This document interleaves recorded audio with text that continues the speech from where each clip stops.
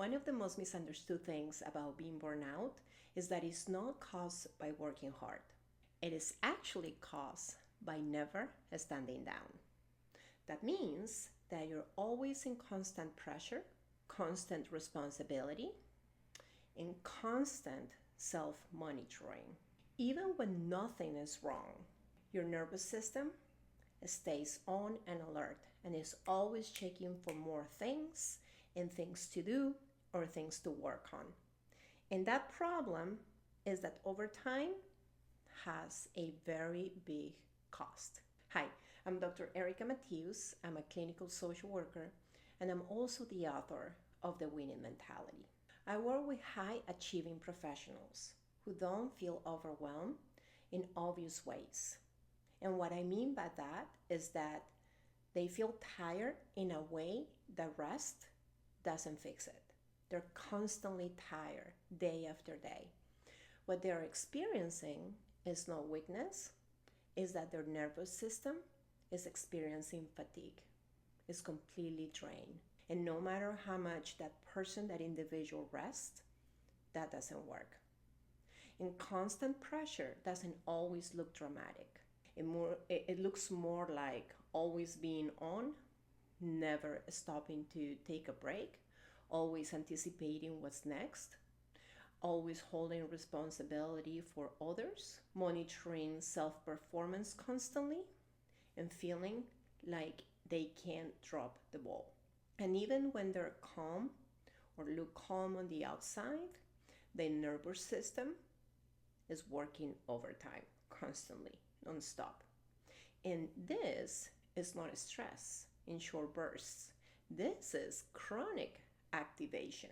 When your system doesn't have the space to relax, doesn't have the container to let go, that's what we call the chronic activation. Now, it's very important to understand that your nervous system is designed for rhythm. And what I mean by that is that you go, you work, and then you recover and rest. That means activation, recovery, activation, recovery. But when we don't follow that rhythm, burnout happens and it looks like activation, activation, activation. That means work, work, work, and no resting in between. So there's no real recovery between these kinds of activity. You're constantly on the go.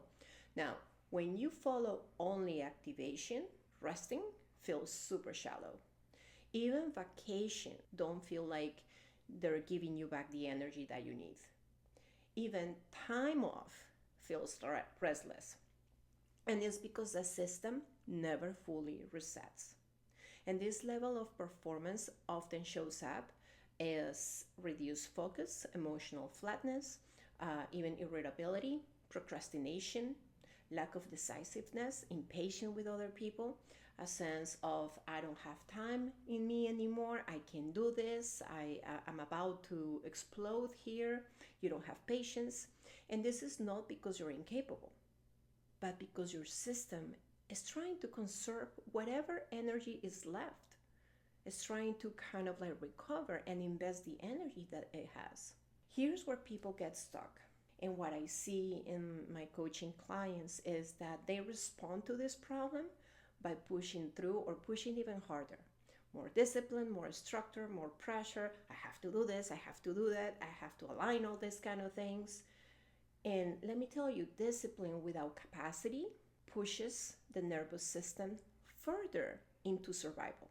And let me tell you something, you can be strong, very strong, and you still can be an achiever, but still be depleted in the inside. So burnout is not your nervous system failing you, okay? And I've been emphasizing on that.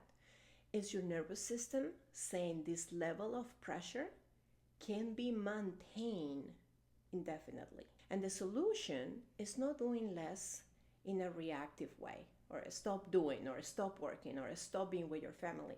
No, that's not the solution. It is learning how to work differently with more safety, pacing, and even some internal permission that you need to give yourself. Now, in the next video, we'll talk about why rest alone doesn't heal burnout and what actually restores your capacity at the nervous system level. If episode 1 helped you recognize burnout, this episode helps you understand why it feels so hard to recover. Burnout doesn't mean you're weak. It means your nervous system has been strong for too long and is actually craving for safety, craving for space, craving for recovery. And strength without recovery, my friend, always comes at a cost. Stay with this series. We're building a different definition of success.